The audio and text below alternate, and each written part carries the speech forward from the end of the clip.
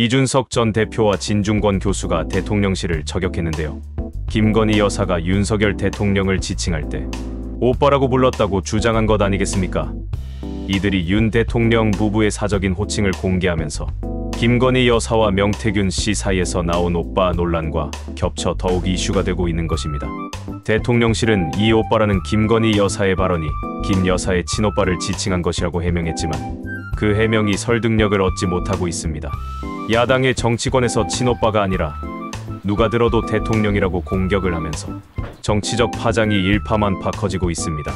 이런 가운데 명태균이 연일 윤석열 부부와 나눈 SNS 내용을 공개하고 있어서 논란은 더욱 커질 것으로 보입니다. 정치적 논란으로 이미 확대되어 대통령실 이미지에 큰 타격을 입혔고 비선 정치 의혹이 더 확산할 가능성이 높아지고 있어 민주당을 포함한 야당에 공격의 빌미를 제공할 것으로 보이는데요. 특히 윤석열 정부의 리더십에 치명상을 입혀 위기를 불러올 가능성을 배제할 수 없다는 점입니다. 이 시점에서 한동훈 국민의힘 대표가 재보궐선거를 승리로 이끌었습니다. 따라서 한 대표의 정치적 리더십과 당내 입지를 강화하는 계기가 되었는데요. 윤석열 대통령이 명태균 사건 등으로 난처한 처지에 놓여 있는 만큼 한동훈 대표는 적극 나서서 정치적 균형 감각을 발휘해야 할 때가 아니겠습니까?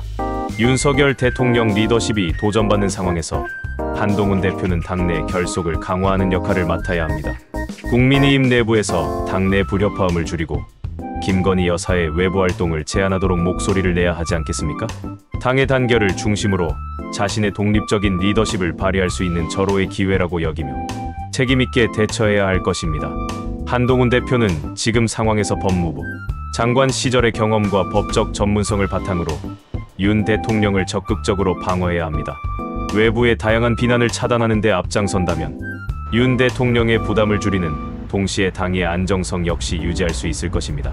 그리고 국민의힘이 대중의 신뢰를 회복하려면 한 대표는 국민과의 소통을 강화해야 하고 특히 윤 대통령의 지지율이 하락하는 상황에서 젊은 층과 중도층을 포함한 광범위한 지지 기반을 확보해야 하지 않겠습니까? 이를 위해서는 개방적이고 포용적인 리더십을 보여줄 필요가 있다고 하겠습니다. 한동훈 대표는 현재의 난국을 정치적 기회로 삼을 수 있지만 윤 대통령과의 관계를 신중히 조율하면서 자신의 정치적 비전을 제시하는 것이 향후 성공적인 정치 경로를 위한 중요한 과제가 되지 않겠습니까?